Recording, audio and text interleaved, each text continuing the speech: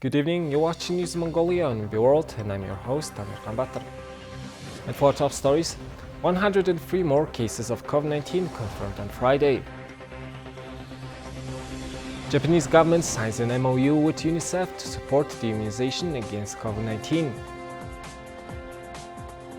State-owned companies with unsatisfactory performance to be modified. And for the news, stay tuned.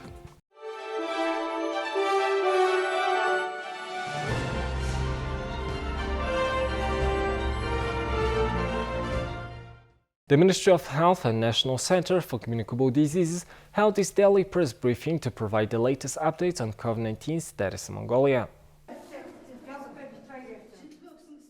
One imported case has been confirmed from a person who arrived on February 25th on Ulaanbaatar Istanbul's specially chartered flight, and the remaining 102 cases were confirmed in Ulaanbaatar. The total number of domestic cases is now 3,134. 92 out of the new cases were detected from close contacts of known patients, and the work of contact investigation to find the source of the remaining 11 cases is ongoing. The 11 patients reside in the 6th, 14th, 25th and 26th Hora of Bainzurg, 50th of Söngenharkhang, 6th of Chingalte, and 1st, 10th, and 15th Hora of Sukhbatar district. In the past 24 hours, 60 patients have recovered and been discharged from hospitals, and the total number of recovered patients has reached 2,907, which makes up the 74% of the total cases. Out of the 740 patients who are being treated at the moment, 692 are experiencing mild symptoms of illness, 41 have moderate symptoms,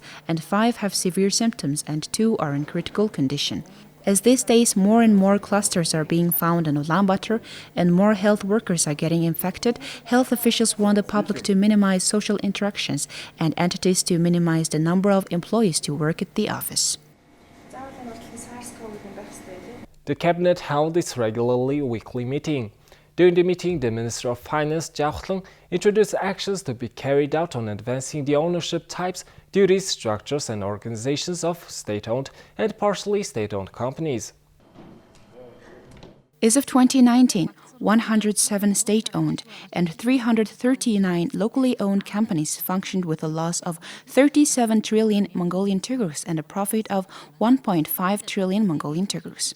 For instance, Irdnut Mining Corporation generated a profit of 1.1 trillion Mongolian tugurs, and Irdnut Tavantolga generated 440 billion Mongolian tugurs, and the rest of the companies were unprofitable. Further, the cabinet discussed the activities to be carried out in the near future, notably to publicly announce the companies of strategic importance and continue their operations under 100% state ownership, to stop or merge unprofitable companies and those companies with operations that can be run by private entities, to sell up to 34% of the company's IPOs to the public in order to activate public monitoring and good governance, to fully operate financial transparency. In addition, the cabinet decided to build fully and semi-automated potato and vegetable warehouses with a total capacity of 8,500 tons in Sidling, Hovd, Khinty, Umnrov, and Govalta provinces with a soft loan from Poland.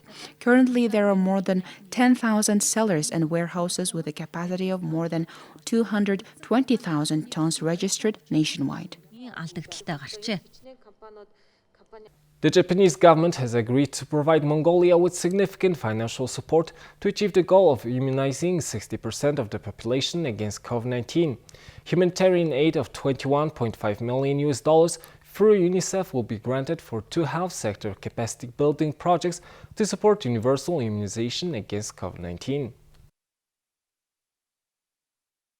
The project will finance the purchase of 2.7 million doses of vaccines and necessary immunization equipment sufficient to immunize 40% of Mongolia's populations against COVID-19 and to provide information and advertising about immunization. In addition, the Japanese government is one of the main sponsors of the COVAX program, which will provide sufficient vaccines for 20% of Mongolia's population. First of all, the vaccine will be given to vulnerable groups such as medical personnel, the elderly, and people with chronic diseases. cases. Japan's support is essential for the sustainability of immunization programs in Mongolia. $21.5 million United States humanitarian aid for capacity building during epidemics and public health emergencies will be implemented in 2 phases, with 1.3 million people in Mongolia receiving the required vaccine dose through UNICEF, said Ankhbayar, State Secretary of the Ministry of Foreign Affairs. Kobayashi, Japanese ambassador to Mongolia, said, "We hope that the planned vaccination program of the Mongolian government will be successfully implemented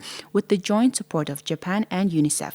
As a neighbor, we will continue to support the COVID-19 response as well as the country's sustainable development." UNICEF, in partnership with the World Health Organization and the World Bank, is providing significant support in the development of the COVID-19 immunization program. This financial assistance from the Japanese government is great support for us. In addition to the immunization program, we believe that the socio-economic situation in Mongolia will improve and stabilize if good hygiene practices such as hand washing and wearing masks are introduced. It is in the best interest of the children. They will have more opportunities to go to school, receive quality medical care, play sports, meet with their peers, and communicate, said Alex Hykens, the UNICEF representative in Mongolia. Now let's take a look at the currency exchange rates provided by Mongol Bank.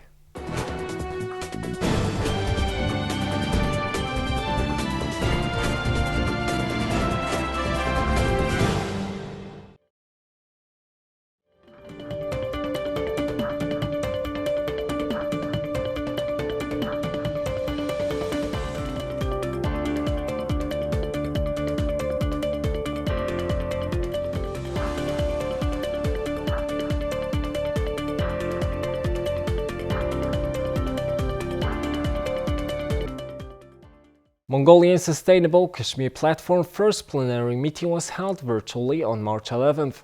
The meeting was launched by MSCP stakeholders and United Nations Development Programme's resident representatives' opening speech.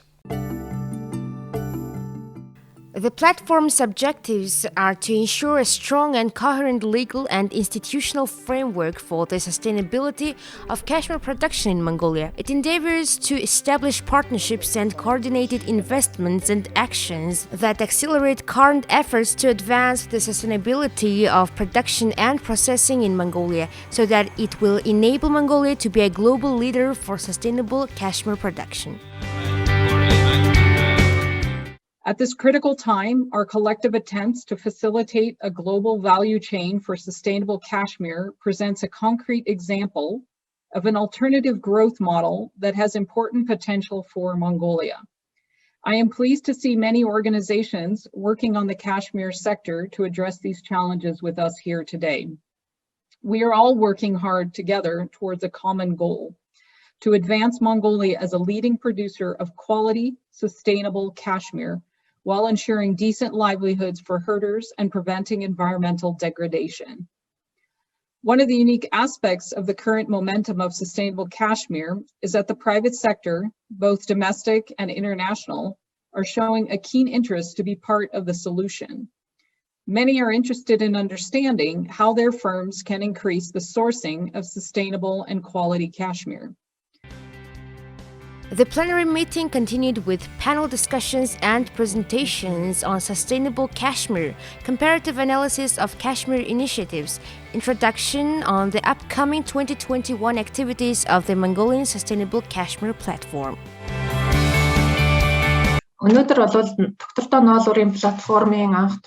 Mongolian Sustainable Kashmir Platform was established in 2018 as part of a study project from the UNDP. In 2019, numerous projects working on the Sustainable Kashmir joined hands in order to develop a further integrated vision, roadmap, and goal. If we mention our partners, there are a lot of international NGOs and projects as well as state structures, including the Ministry of Environment and Tourism, Ministry of Food, Agriculture, and Light Industry. Currently, the main focus of the platform is to develop cooperation between main producers and stakeholders in order to supply sustainable Kashmir to the market.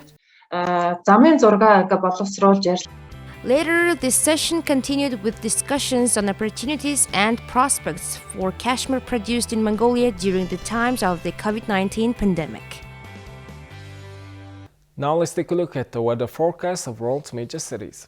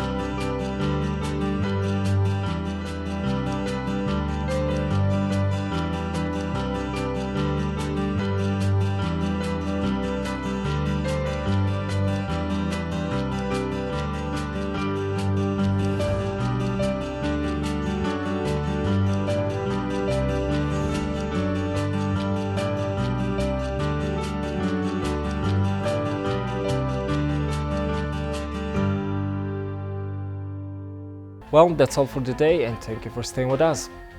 We will see you next week with more news and updates. Have a nice evening. Goodbye.